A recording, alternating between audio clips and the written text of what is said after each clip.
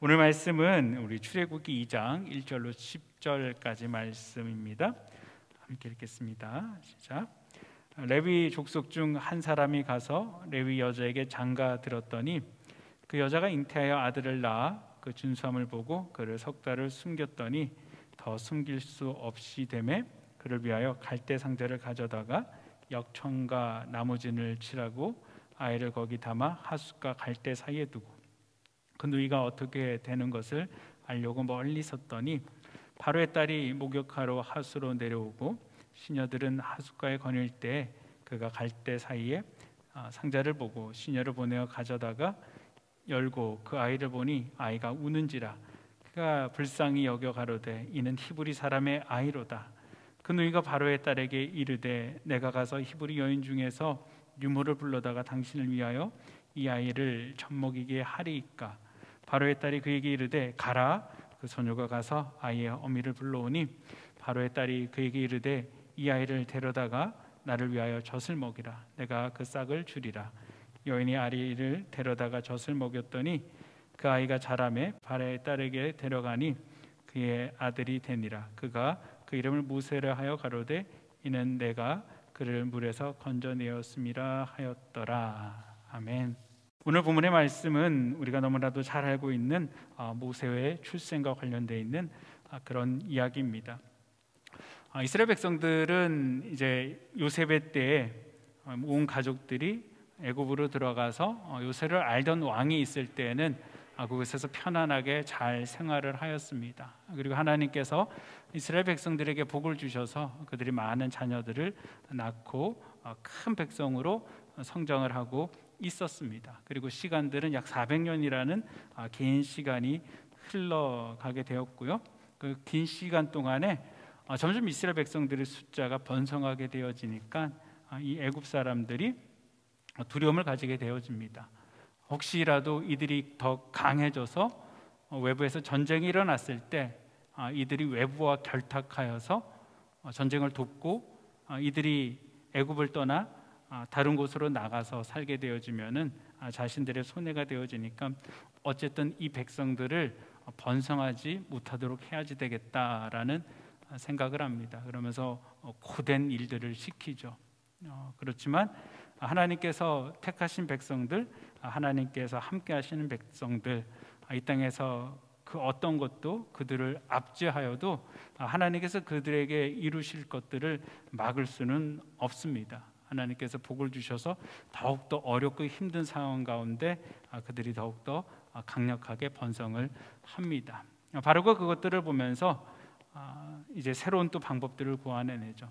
남자들을 그럼 다 죽이자라고 생각을 하고 산파들에게 이스라엘 백성들이 태어날 때 아들이 태어나면 그 자리에서 아이들을 죽이고 딸이 태어나면 그것을 생명을 지키라라고 이야기를 하죠. 하지만 하나님께서 세우신 그 자녀들을 산파들이 죽일 수가 없죠. 왕의 명령보다는 하나님의 말씀을 더 우선시하고 하나님 앞에 두려움으로 지혜를 가지고요 왕에게 이야기를 하죠. 이스라엘 백성들은 너무나도 건강하여서 우리가 그 집에 도착하기 전에 아이들을 낳는다. 그래서 우리가 손쓸 겨를이 없다라고 지혜롭게 얘기를 합니다. 참 말씀을 읽으면서 우리가 또 은혜를 받는 것들은 하나님께서 참 선함으로 살아가는 그 산파들에게 하나님께서 복을 주셨다라는 이야기가 있습니다. 우리가 이 땅을 살아가며 세상의 권세를 잡은 자의 말대로 우리가 살면은 그 권세자들을 통해서 우리가 이 땅에 복을 누릴 것처럼 생각되어지지만 실질적으로 복을 주시는 이는 누구신가라는 것을 깨닫게 되죠. 하나님께서 그들 가운데 복을 주셔서 그들의 산파들의 가정들이 부흥하는 모습들을 성경은 기록하고 있습니다.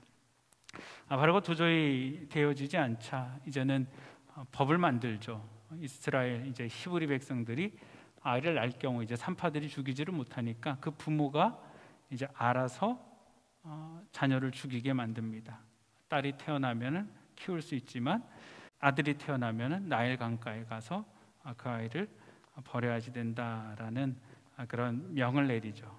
그러고 나서 오늘 이제 이 말씀 2장 1절 말씀이 이어집니다. 레위 족속 중 한 사람이 가서 레위 여자에게 장가를 갔더니라고 이야기를 합니다. 오늘 성경에는 이 사람이 누군지 정확하게 나와 있지는 않지만 우리가 민수기 26장 59절을 통하여서 이 사람은 아브라함이라는 것을 알 수 있고요. 와이프 이름은 요베게시다라는 것을 알고 있습니다. 오늘 1절 말씀에 보면은 장가들더니라고 기록되어져 있는데요. 장가들더니라는 단어의 뜻은 물론 이제 장가드니라는 의미도 있지만 아내를 얻다, 또 부부 관계를 맺다라는 다양한 의미들로 사용되어집니다. 우리가 한어 성경에는 장가들었더니라로 기록이 되어져 있지만 우리가 여러 가지 문맥적인 상황들을 고려해 볼 때 장가를 들었다라는 것보다는 부부 관계를 맺었다라는 것이 더 타당하다라고 생각되어집니다. 왜냐하면은 지금 모세가 태어나기 이전에 이미 이제 아브라함과 요백의 사이에는 이미 모세보다 훨씬 먼저 태어난 미리암이라는 누이가 있고요.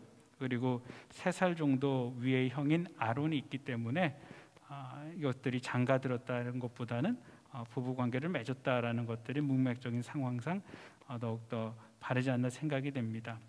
관계를 갖고 이제 여인이 출산을 합니다. 출산을 하고 아이를 낳게 되어지죠. 여러분, 아이를 낳았을 때 가정이 갖는 행복이 얼마나 클까요? 세상의 어떤 기쁨보다 아이를 얻는 그런 기쁨. 여인들이 참 그 출산의 고통이 너무나도 힘들지만 아이를 품에 안았을 때 그 행복이 그 출산의 고통을 다 이기게 만든다라고 이야기를 합니다. 이스라엘 많은 백성들이 참 하나님의 축복을 받아서 귀한 하나님의 자녀를 가졌는데 그 자녀가 이제 아들인 거예요. 아들이면 사실 더 기뻐하고 더 즐거워하고 하나님께서 내게 더 큰 축복을 주셨다라고 감사해야지 되는데 아까도 말씀드렸지만 현실적인 그런 문제들 때문에 이 아들을 보고도 기뻐할 수 없고 아들을 보고도 즐거워할 수 없는 그들의 삶들, 그 아이를 품고서 그들이 느꼈던 고통들은 무엇일까요? 정말로 하나님께서 우리와 함께하고 계시냐라는 그런 것들 생각하지 않았을까요? 그리고 하나님 앞에 우리가 그렇게 부르짖었는데 하나님은 왜 이렇게 침묵하시느냐라는 그런 퀘스천을 우리는 하나님 앞에 올려드릴 수 있습니다. 참 하나님 뜻대로 살아갔던 사람들, 말씀대로 살아갔던 사람들의 삶 가운데 그 고난의 문제들이 항상 그들과 접해져 있습니다. 아브라함은 하나님께서 본토 친척 아비의 집을 떠나라라고 말씀을 하셨고 그리고 내가 너에게 가르쳐주는 그 땅으로 가라라고 이야기를 하죠. 그리고 하나님 인도하신 대로 순종하며 갔는데 그가 당하는 것은 기근을 만나게 되죠. 어려움을 만나게 되어집니다. 참 하나님 뜻대로 쫓아가고 하나님 뜻대로 살아가면은 좀 더 좋은 땅, 더 편한 땅일 줄 알았는데 그렇지 않다라는 것을 아브라함의 삶을 통해서 봅니다. 그리고 욥도 마찬가지죠. 욥도 우리가 어떤 사람이다라고 이야기하면 하나님 마음에 합한 사람, 동방의 의인들 가운데 욥보다 더 귀한 사람은 없다라고 이야기하는 그 사람, 그리고 하나님께서 그에게 복을 주셨던 사람, 모든 사람들이 다 부러워하고 인정했던 그의 삶. 그런데 이 욥의 삶에는 모든 것을 다 잃어버리는 그런 아픔과 슬픔을 경험을 하죠. 욥만 그랬던 것이 아닙니다. 요셉도 마찬가지입니다. 요셉이 한 것이라고는 하나님께서 주신 꿈을 가졌다라는 것밖에 없습니다. 요셉이 하나님 앞에 꿈을 갖고 그것을 아버지한테 이야기하고 형제들에게 이 얘기를 하고 그 미움으로 인하여서 형제들에게 팔려가죠. 보디발의 집에 팔려가서 또 그 꿈을 안고 살다가 감옥에 갇히게 되어지는 그런 그의 인생을 바라봅니다. 다윗의 삶은 어떠하였습니까? 다윗은 참 하나님을 찬양했던 그런 삶입니다. 하나님도 다윗을 바라보면서 아브라함처럼 내 마음에 참 합한 사람이다라고 이야기를 했습니다. 다윗은 항상 하나님을 찬양을 했고요. 우리가 너무나도 잘 알고 있는 것처럼 사울과의 관계에서도 어쩌면 참 사람이 이럴 수 있을까? 어쩌면 원수 앞에서 자신의 그런 마음들을 다 다스리고 하나님 앞에 모든 것들을 내려놓을 수 있을까라는 생각을 갖게 되어지지만 그의 인생은 평생의 도망자의 삶을 살았다라는 것이죠. 우리가 또 성경에서 만나는 수많은 선지자들도 마찬가지입니다. 하나님의 말씀을 정말 순수하게 전하다가 사람들에게 미움을 당합니다. 우리 예레미야 선지자 같은 경우는 감옥에도 갇히죠. 그리고 도망자의 삶을 살아갑니다. 하나님 뜻대로 순종했는데 도망자로 살았던 그런 많은 선지자들이 있습니다. 예수님의 제자들도 마찬가지죠. 예수님의 제자들도 그들이 했던 것은 다른 것이 아닙니다. 부활의 주님을 만나고 부활의 감격 가운데 성령의 기름 부으신 가운데 그 은혜를 감당하지 못하여서 하나님 앞에 빚진 자의 마음으로 열방 가운데 하나님의 증인 되어서 세상을 살아가죠. 그리고 주님께서 분명히 무엇이라고 말씀하고 계십니까? 세상 끝날까지 내가 너희와 항상 함께 하겠다라고 말씀을 하셨습니다. 우리 하나님께서 함께 하시면은 우리의 삶은 어떤 삶이 되어야지 되는가? 형통한 삶이 되어야지 된다라고 생각을 하죠. 근데 이 제자들의 삶을 인간적인 시각으로 바라보면은 우리가 세상적인 가치나 기준들로 제자들의 삶을 평가를 한다라면은 정말 이들의 삶이 행복한 삶이었을까? 세상적으로 볼 때요, 이들의 삶이 인정받는 삶이었을까라는 퀘스천을 갖게 되어집니다. 사도 요한만 제외하고는요, 모든 사람들이 다 십자가 앞에 또 많은 참수대 앞에 순교자의 흘리는 피로 세상을 마감을 합니다. 이스라엘 백성들이 요셉과 함께 애굽으로 들어가서 애굽에서 하나님께서 인큐베이터처럼 이스라엘 백성들을 세우셨습니다. 제가 출애굽기 설교를 하면서 말씀을 드렸었죠. 당시 이방의 다른 문화들은요, 우상이 굉장히 많았습니다. 그리고 이 애굽 안에도 우상들이 굉장히 많았었고요. 근데 이 애굽은 이스라엘 백성들과 분리된 삶을 살았습니다. 굉장히 이스라엘 백성들을 배척을 했습니다. 우리가 나중에 살펴보겠지만 애굽의 왕의 딸이 모세를 발견했을 때 미리암이 가서 그 아이를 키울 수 있는 히브리 여인을 불러올까요? 라고 질문을 합니다. 왜 미리암이 공주에게 그런 얘기를 했냐면요, 히브리 사람을 이스라엘 백성들이 사마리아 사람처럼 생각하듯이 상종을 하지 않았습니다. 그렇기 때문에 이 애굽 여인이 히브리 아이를 케어한다라는 것은 굉장한 수치심처럼 생각을 했기 때문에 미리암이 가서 그 공주에게 그 아이를 키울 수 있는 히브리 여인을 불러올까요? 라고 얘기를 했던 것입니다. 그것이 무엇을 의미하냐면요, 이스라엘 백성의 문화적인 그런 독립성이 그 안에서 지켜졌다라는 것입니다. 이스라엘이 믿는 하나님이 애굽에서 믿던 다른 우상들과 섞이지 않았다라는 것이죠. 그들의 혈통도 그대로 보존되어졌을 뿐만이 아니고 하나님만을 바라보는 유일신 야훼 신앙도 그 애굽이라는 그곳 안에서 지켜졌다라는 것입니다. 애굽의 강력한 군사력을 가지고 외부의 전쟁으로부터 보호를 받고 문화로부터 보호를 받고 그렇게 성장을 한 거죠. 하나님께서 그렇게 키우셨습니다. 그러니까 하나님의 뜻이 그곳 가운데 분명히 있는 것입니다. 하나님의 뜻이 있는데 여러분, 왜 그들은 그런 고난들을 당해야지 되냐라는 것이죠. 왜 그런 아픔들을 당해야지 되냐라는 것입니다. 왜 나는 아이를 낳고 이 아이를 나일 강가에 버려야지 되느냐라는 것입니다. 여러분, 수많은 사람들이 아이를 낳는데 아이 앞에 처해져 있는 운명들, 그 운명들은 절망적입니다. 그 절망적인 운명 앞에 있는 이 부모의 마음은 얼마나 더 클까요? 부모의 마음은 더 절망적이죠.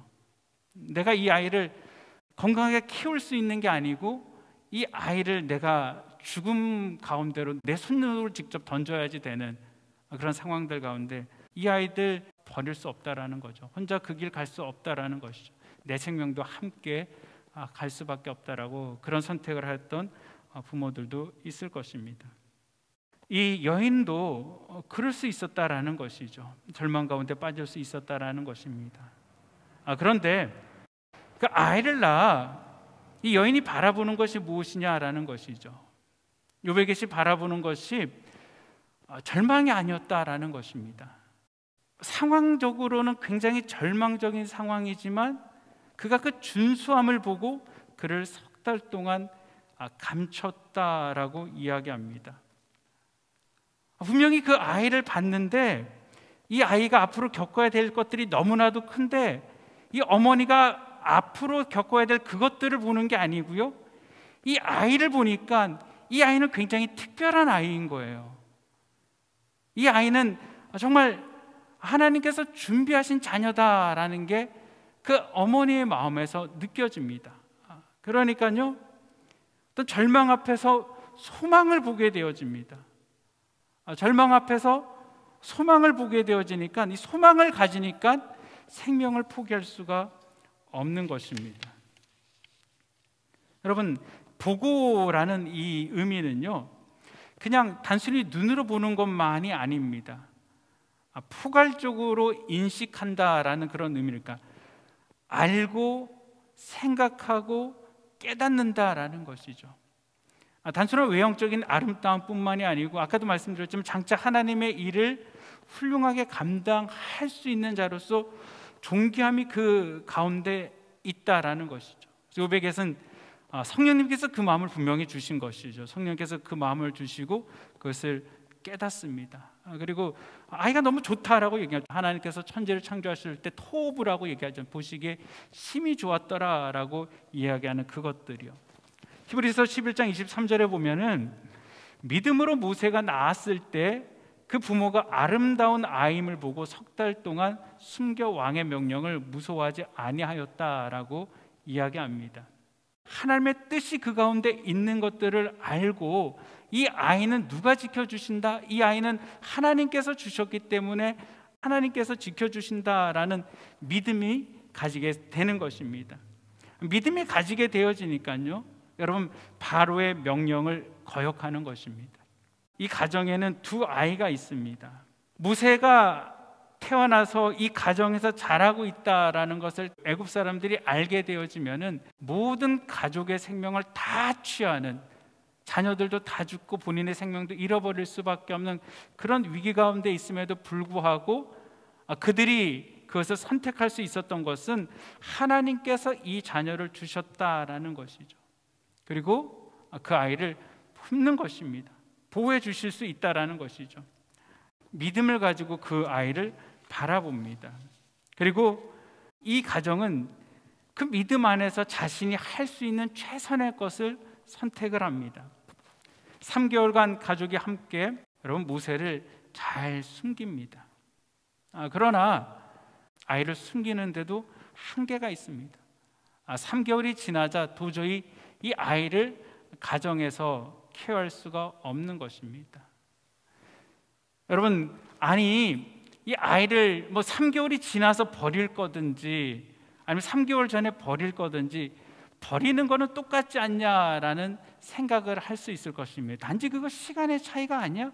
어차피 버리는 것은 동일한 행동이 아닌가라고 생각할 수 있을 것입니다. 여러분, 아니죠. 하나님께서 이 아이를 주셨다라는 그런 믿음들, 그리고 그 믿음 가지고 내가 할 수 있는 최선의 노력을 다하는 것과 여러분 그 믿음 없이 그냥 포기하는 것은 전혀 다른 것입니다. 하나님을 신뢰하고 하나님을 신뢰하지 않는 곳에 전혀 다른 것들이죠. 그리고 여러분, 이 가정은 그냥 포기해 버리는 것이 아닙니다. 내가 믿음으로 최선의 것을 다 합니다. 그리고 이제는 나의 한계에 도달하게 되어지는 것이죠. 그리고 이 가정이 선택한 것은 무엇입니까? 갈대 상자를 만드는 것입니다.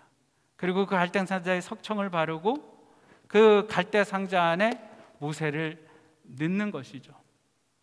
그리고 이 모세를 어디에다 둡니까?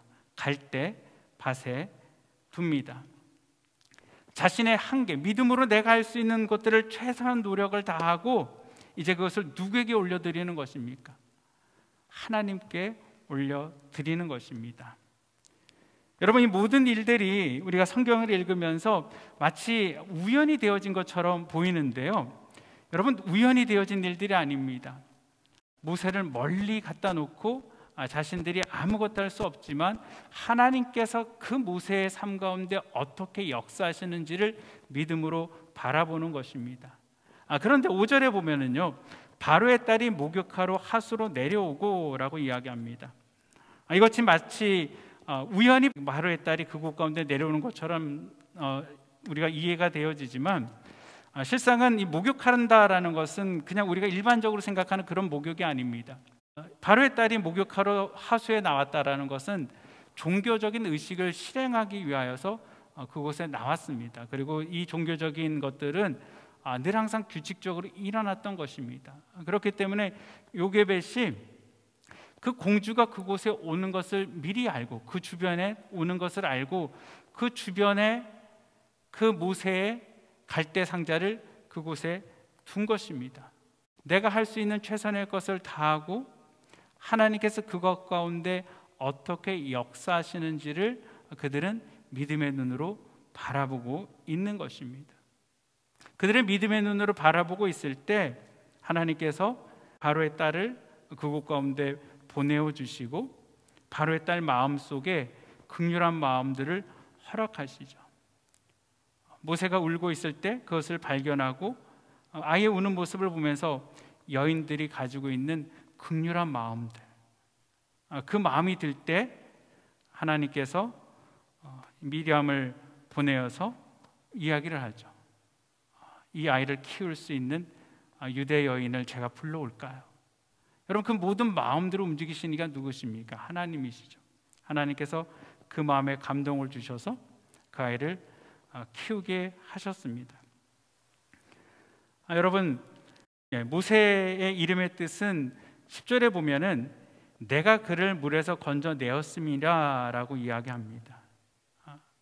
바로의 딸이 자신이 모세를 죽음 가운데서 그 강물가에서 건져냈다라고 이야기를 하죠.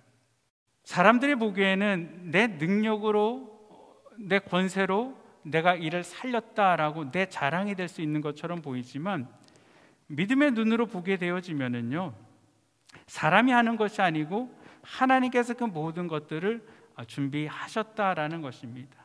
여러분, 하나님께서는 압제당하는 당신의 백성들을 구출하기 위해서 구체적인 방법으로 당신의 종이고 출애굽의 지도자인 모세를 예비해 주셨습니다. 한 가정 가운데 예비해 주셨고요, 또한 그가 죽을 수 있는 상황 가운데서도 어머니의 믿음과 하나님의 섭리를 통하여서 모세를 구원하여 주시죠.